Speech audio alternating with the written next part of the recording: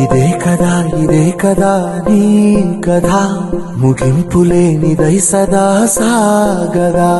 ఇదే కదా నీ కథ ముగింపులేనిదై సదా సాగదా. నీ కంటి రెప్పలంచున మనస్సు నిండి పొంగిన ఓ నీటి బిందువే కదా నువ్వు వెతుకుతున్న సంపద. ఒక్కొక్క జ్ఞాపకానికి 100 ఏళ్ల ఆయువుందిగా, ఇంకెన్ని ముందు వేచనో అవన్నీ వెతుకుతూ పదా. మనుష్యులందు నీ కథ మహర్షిలాగా సాగదా. మనుష్యులందు నీ కథ మహర్షిలాగా సాగదా.